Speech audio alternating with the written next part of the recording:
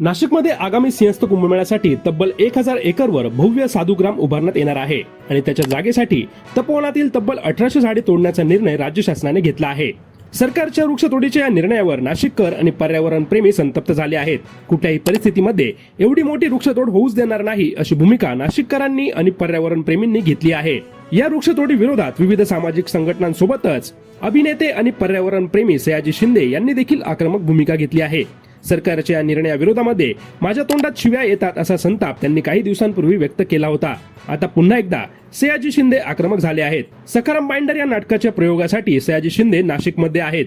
त्यांनी तपोवनामध्ये भेट देऊन या झाडांची पाहणी केली आणि प्रसारमाध्यमांशी बोलताना सरकारवर तीव्र संताप व्यक्त केला। गिरीश महाजन, तुमची माझी दुश्मनी नाही, मात्र झाडांसाठी ती झाली तरी हरकत नाही असं म्हणत सयाजी शिंदे यांनी हल्ला चढवला आहे।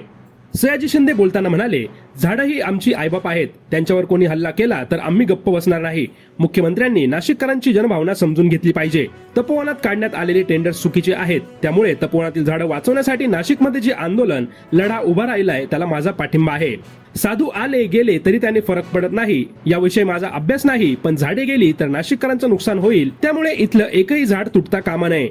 ही सगळी झाडे वाचली पाहिजेत असं सयाजी शिंदे म्हणाले आहेत। यासोबतच आपल्याच माणसांनी आपल्याला फसवलं तर त्यांना आपलं कसं म्हणायचं? शासन आपलं आहे की इंग्रजांचं राज्य आहे असा सवालच सयाजी शिंदे यांनी उपस्थित केला आहे। आपल्याला झाडांची व्याख्याच माहित नाही, तशी व्याख्या करणं महाराष्ट्र सरकारला जमलेलं नाही असं देखील सयाजी शिंदे यांनी अधोरेखित केलं आहे। पुढे बोलताना सयाजी शिंदे म्हणाले, आपल्या देशाचा राष्ट्रीय वृक्ष वड आहे। हा वृक्ष सर्वात जास्त भारत सरकारनेच तोडला आहे। ही मोठी झाडं जास्त ऑक्सिजन देणारी असतात, त्यांची मोठी पानं जास्त कार्बन घेतात आणि ऑक्सिजन देतात। वडाच्या झाडावर 500 ते 600 प्रजाती जगतात। अशी झाडं तोडली तर त्याला माफी नाही। झाडं ही आपली आईबाप आहेत। आपल्या आईबापांवर हल्ला केला तर आम्ही मुलं काही इतकी बुळगी नाही। आमच्या आईबापांवर हल्ला केला तर आम्ही गप्प बसणार नाही असा इशारा सयाजी शिंदे यांनी सरकारला दिला आहे। त्यामुळे आता नाशिकमध्ये कुंभमेळ्या आधीच वृक्षतोडीवरून वातावरण तापताना दिसत आहे।